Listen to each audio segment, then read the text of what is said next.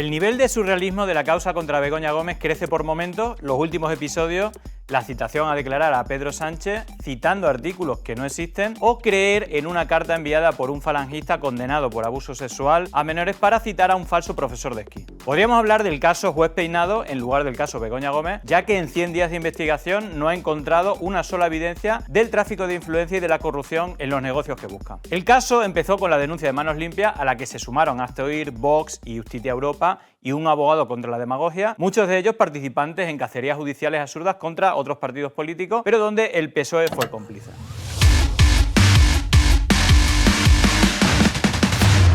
Sigue la escalada de la causa contra Begoña Gómez, que empezó por una denuncia absurda de Manos Limpias con recortes de prensa que incluían fake news, pero que han llegado hasta la pieza más cotizada, llamando a declarar a Pedro Sánchez, eso sí, citando artículos que no existen. No encuentra sentido a que el juez Peinado diga que quiere acreditar la relación entre Begoña Gómez y una alta autoridad del Estado, cuando, bueno, es de sobra conocido por todo el mundo que está casada con el presidente del gobierno. Y además, Isabel, los dos escritos hablan de errores del juez. ¿A qué errores se refieren? Pues mira, si te parece, lo vamos a enseñar. Vamos a verlos en la pantalla. Verás, el juez, a la hora de justificar el hecho de ir al Palacio de la Moncloa, de no tomarle declaración por escrito a Pedro Sánchez, habla de dos artículos que no existen. El primero, el punto 212 del artículo 412. Pues bien, vamos a ver el artículo 412 en su punto segundo, que solamente tiene 6 puntos, es decir, no existe el 12. El 212 no existe, pero es que no es el único, porque él también habla del párrafo 12 del artículo 413. Vamos a ver el artículo 413, que tiene 2 párrafos, muy cerca de los 12. Estos errores son parte de lo que está costando duras críticas por parte del gobierno al juez Peinado, que si queréis podemos escucharlas. Bueno, vamos a verlo. Esto no es una causa judicial. Esto es una causa política. Fue llamativo que miembros de la acusación particular como Hazte Oír y un abogado para la demagogia conocieran con antelación esta citación. También es sorprendente el nivel de los miembros de las acusaciones, que en ocasiones no conocen ni las causas de sus denuncias. Mañana Manos Limpias va a pedir que se le impute también por un presunto delito de... ¿Cuál era? ¿De 403?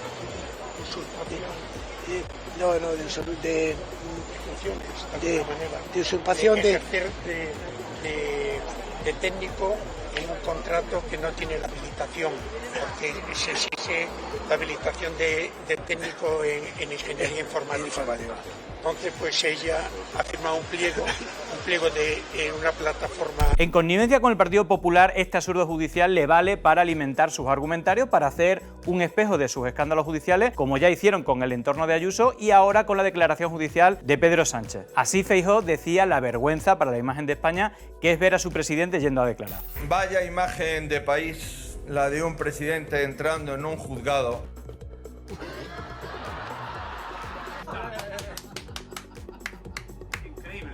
Incluso el portavoz del Partido Popular, Miguel Tellado, hablaba de cacería contra el juez Peinado por hacer bien su trabajo, cuando son más que evidentes sus errores y sesgo político, dando por bueno denuncias irregulares de organizaciones de ultraderecha o negacionistas como Manos Limpias, Hazte Oír, Vox, Justitia Europa o un abogado contra la demagogia.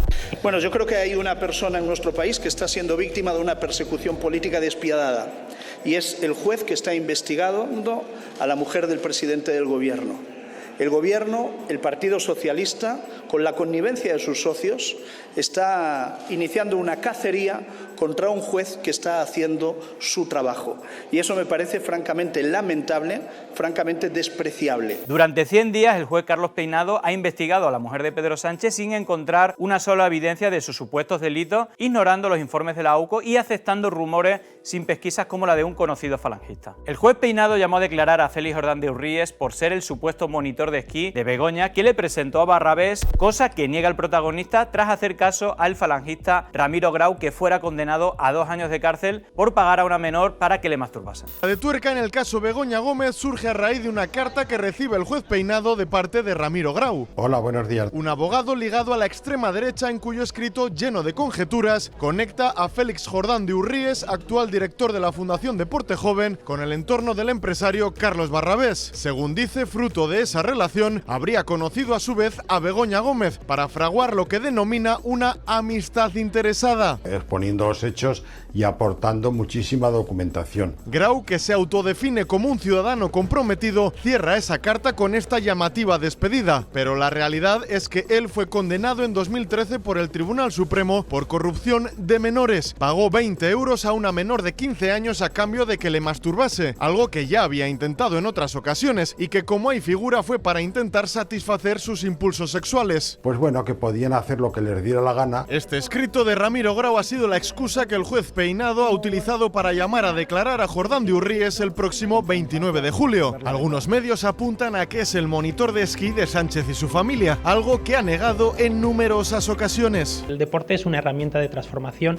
es una herramienta para conseguir una mejor sociedad. Ya sonó hace años para ser el presidente del CSD, pero finalmente el gobierno eligió a José Manuel Rodríguez Uribes. El nivel de absurdo, tanto en los numerosos errores procedimentales como la connivencia con organizaciones de ultraderecha, han convertido el caso, como dice Manuel Rico, en el caso Peinado. La impunidad para los jueces que hacen política con estas malas praxis son un peligro para la democracia. Yo no creo que haya en España ningún abogado en su sano juicio, luego otro tipo de abogados puede haber, pero un abogado en su sano juicio que recomendase declarar hoy a Begoña Gómez después de la serie de atropellos judiciales que lleva.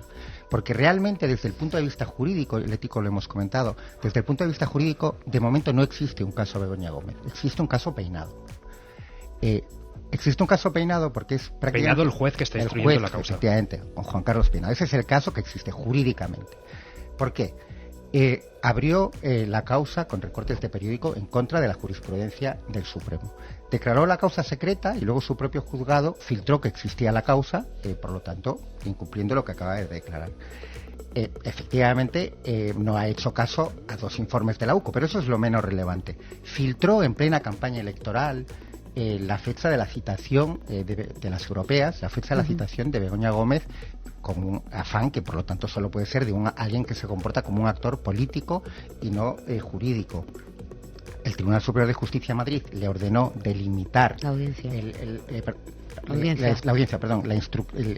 qué podía instruir, qué podía investigar, y él se lo ha saltado y sigue investigando todo. Convocó a una primera declaración, citó a una primera declaración a Begoña Gómez y no le había comunicado efectivamente todos los elementos o una segunda querella que había contra ella. Incluso lo de Barrabés, que es la última hora que habéis citado, es disparatado que le haya interrogado el lunes como testigo, lo que supone la obligación de decir la verdad, y ahora como imputado, cuando desde el primer momento era evidente que lo estaba investigando y por lo tanto le debía haber citado como imputado, cosa que no hizo y que la propia Fiscalía en un escrito también lo ha puesto de manifiesto.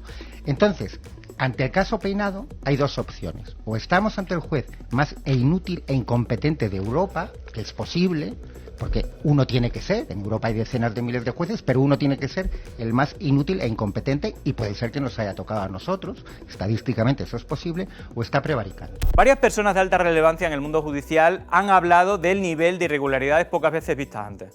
Además, tenemos una última hora que nos ha llegado ahora, y es que la defensa de Begoña Gómez recurre a la citación de Sánchez y asegura que el juez utiliza 2 artículos de la ley que no existen. ¿Cómo valoramos esta actuación del juez Peinado y cómo es posible todo esto? Bueno, esto es un dato más añadido al disparate de un señor que está ejerciendo de juez cuando debía estar fuera de la carrera judicial. En primer lugar, admitió una denuncia con recortes de periódicos, incluso además, bueno, con esto dijeron, alguno de ellos puede resultar falso. Cualquier juez que se precie y que se respete a sí mismo tenía que saber, dije, mire usted, para esta denuncia usted tiene que traer una querella con un relato de hechos, con un abogado y un procurador. No lo hizo. A partir de ahí ya era presumible ver todo lo que ha venido después. Ha hecho lo que le ha dado la gana. Se confunde de artículos de la ley de enjuiciamiento. Yo no sé si a lo mejor en alguna empresa privada pues hubiera tenido problemas, ¿no? Es una causa que ha empezado por el tejado. Es decir, lo normal cuando se instruye una causa es ir a los hechos y a los indicios y a partir de ahí ir construyendo esos hechos que se vean que son ciertos porque se apoyan en indicios y a partir de ahí establecer unas conclusiones. Aquí se ha hecho al revés. Primero se admite una acusación popular basada en hechos falsos, publicaciones irregulares, incorrectas. Solo por ese hecho el juez tenía que haber expulsado de forma inmediata a Manos Limpias del procedimiento. No lo hizo. Posteriormente se abrió una causa general con distintos objetivos que ha ido mencionando. Cuando la audiencia provincial le cierra una parte, busca otra puerta para seguir investigando otra cosa nueva. Eso se llama ir a pescar. Es decir, prospectiva. No hay que olvidar que muchas de estas mismas organizaciones han estado presentes en el acoso contra Begoña Gómez en los juzgados y también en Ferraz, donde vimos a Miguel Bernat, a Hazte Oír o a Miguel Frontera. Tampoco hay que olvidar que muchas de estas organizaciones también estuvieron presentes en el acoso familiar a Pablo Iglesias e Irene Montero durante meses y también en su acoso judicial. Algunas de las acusaciones de Manos Limpias contra Podemos, Pablo Iglesias y Monedero fueron por organización criminal, falsedad documental y fraude fiscal, que fue difundido por todos los medios. Manos Limpias ha presentado este mediodía una querella por organización criminal imputando a Juan Carlos Monedero, que ha sido el impulsor y el ideólogo de una creación de una estructura organizativa criminal que detrás de esa organización pretendía llevar a cabo fines en contra de la propia democracia. Este es el cargo que más sorprende que esta querella ha presentado Manos Limpias esta mañana y que se une a otros 3 cargos, entre ellos el delito societario, delito contra la hacienda pública porque entienden que ha defraudado más de 120.000 euros a las arcas públicas y delito societario. A ver, delito societario contra la hacienda pública y también, ¿cuál era el tercer delito? Es que me ha parecido como muy duro. Pero sin duda alguna el más duro es el de organización criminal, porque entienden que detrás de la Asociación Cultural Producciones con Mano Izquierda, Juan Carlos Monedero fue el ideólogo e impulsor de una estructura criminal en el que, en palabras del propio sindicato Manos Limpias, pretende llevar a cabo fines que van en contra del propio sistema democrático español. Y se abre un nuevo frente para Podemos. Manos Limpias anuncia una querella contra Pablo Iglesias y contra Juan Carlos Monedero. Adela, redacción Sexta Noticias, ¿de qué les acusa concretamente? Pues de un presunto fraude contra la hacienda pública. Miguel Bernat, secretario general de Manos Limpias, ha anunciado que está trabajando en una querella que presentará ante el Supremo después de las Navidades y ha dicho que tiene indicios suficientes e información veraz sobre financiación que les habría llegado a Iglesias y a Monedero desde fuera de España. Se supera este presunto fraude de 120.000 euros, lo cual sería delito fiscal. El sindicato estudia llevar también a Pablo Iglesias, en su caso y por su condición de aforado ante el Supremo, por organización criminal. Las cuentas de Monedero le han enfrentado con el ministro de Hacienda, Cristóbal Montoro. Montoro, ¿me quieres meter miedo? No te tengo miedo. Tengo mis cuentas muy en regla. Tengo pagados todos mis impuestos. Y aunque quieras asustarme, aquí estamos. No me vas a dar miedo. Yo no creo que tenga que dar miedo a nadie, especialmente a los que están al pago de sus impuestos. Que se tranquilice. Esté tranquilo, todos tenemos derecho a todo y obligación de pagar los impuestos. Lo que no han tardado son las críticas al ministro por referirse a la declaración de la renta de un particular. ¿Un ministro puede hablar de un particular o de un caso particular? Yo la verdad es que no lo había visto nunca en democracia.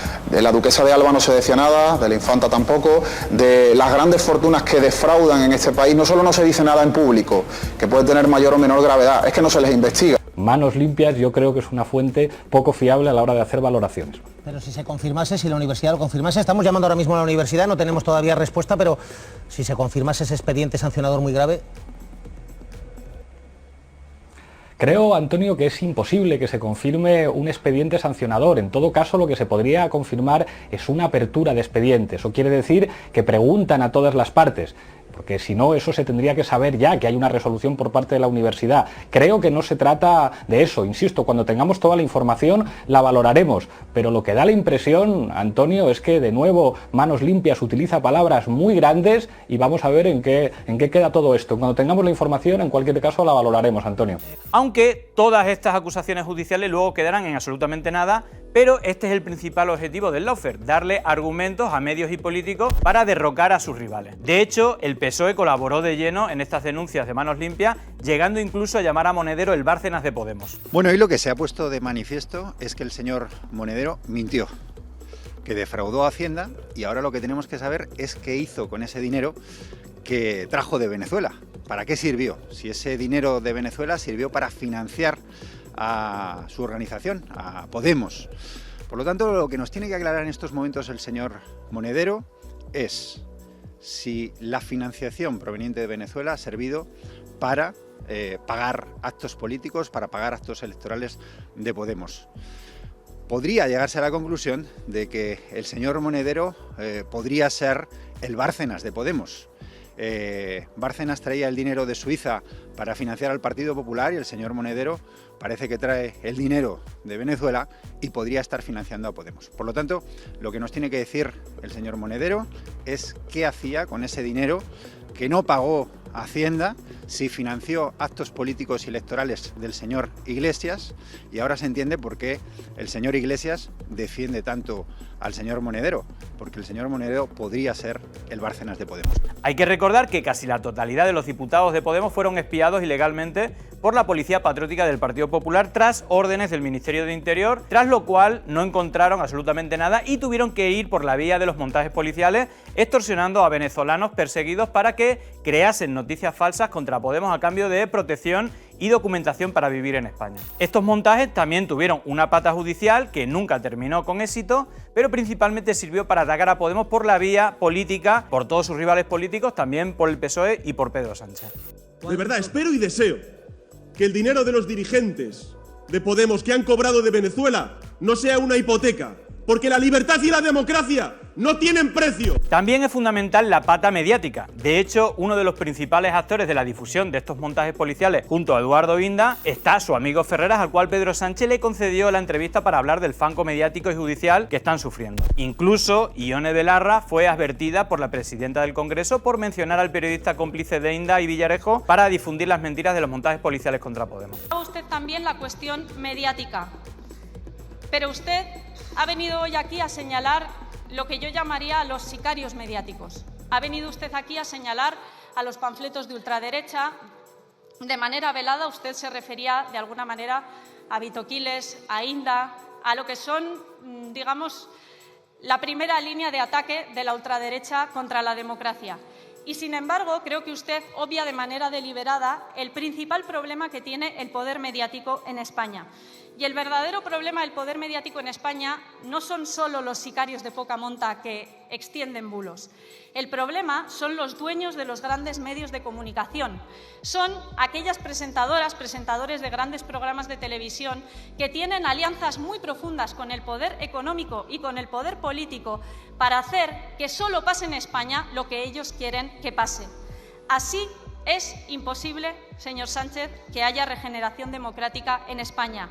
Si usted le sigue concediendo entrevistas a un periodista que está claramente definido como corrupto, como es Antonio García Ferreras, si no hablamos de quiénes son los dueños de A3 Media o de Mediaset, si no limitamos, como ha propuesto Podemos... Un momento, por favor. Yo le ruego que no acusemos a personas individuales que no pueden defenderse desde la tribuna. Muchas gracias.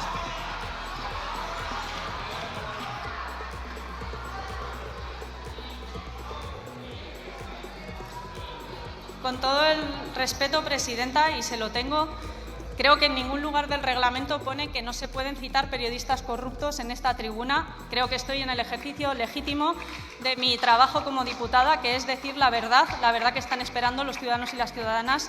Y si me lo permite, y salvo que me llame al orden, voy a continuar. Es obvio que todos los demócratas tenemos que hacer frente a los ataques a la democracia a través de mentiras en medios y juzgados, pero también es necesario reflexionar por qué hemos llegado a este punto y quiénes han sido los cómplices, ahora víctimas. Y no hay que actuar como ellos, sino como demócratas y defensores del Estado de Derecho. Así que nada, esto es todo por hoy, espero que os haya gustado el vídeo, nos vemos la próxima semana. Chao.